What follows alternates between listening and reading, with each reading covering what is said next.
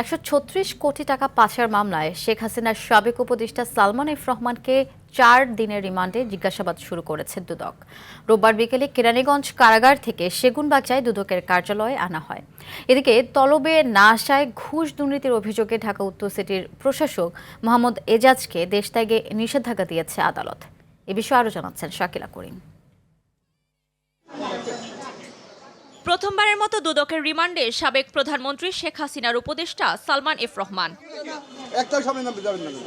গণঅভ্যুত্থানের পর অর্থ পাচার, শেয়ার কেলেঙ্কারি ও অবৈধ সম্পদ অর্জনের অভিযোগে একাধিক মামলা হয় বিগত সরকারের সুবিধাভোগী ব্যবসায়ী বেক্সিমকো গ্রুপের এই ভাইস চেয়ারম্যানের বিরুদ্ধে। ঋণের নামে ১৩৬ কোটি টাকা লুট করে পাচারের মামলায় রিমান্ডে নেওয়া হলো তাকে। বিবিএলসির মাধ্যমে নিজেদের মধ্যে মালামাল আমদানি রপ্তানি দেখিয়ে অ্যাকোমোডেশন বিল তৈরির মাধ্যমে ১৩৬ কোটি ৯৮ লক্ষ টাকারও বেশি অর্থ আত্মসাৎ করার অপরাধে আপনারা জানেন যে ইতিমধ্যে মামলা রুজু হয়েছিল।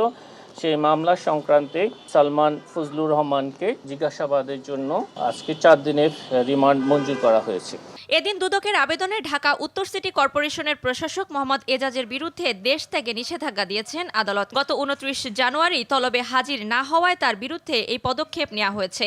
অনুসন্ধানকারী কর্মকর্তা এবং তাদের টিমের অন্যান্য সদস্যদের নিকট প্রতীয়মান হয়েছে যে তিনি বিদেশে পালিয়ে যেতে পারেন। সেই কারণে তাকে তার বিদেশ যাত্রা রহিতকরণের জন্য বিজ্ঞ আদালতের আদেশে এটা নিষেধাজ্ঞা প্রদান করা হয়েছে। এদিকে ব্যাংকে ৮,০০০ কোটি টাকা সন্দেহজনক লেনদেনের অভিযোগে ইস্টার্ন ব্যাংকের চেয়ারম্যান শওকত আলী চৌধুরীর তথ্য চেয়ে বিভিন্ন ব্যাংকে চিঠি দিয়েছে দুদক।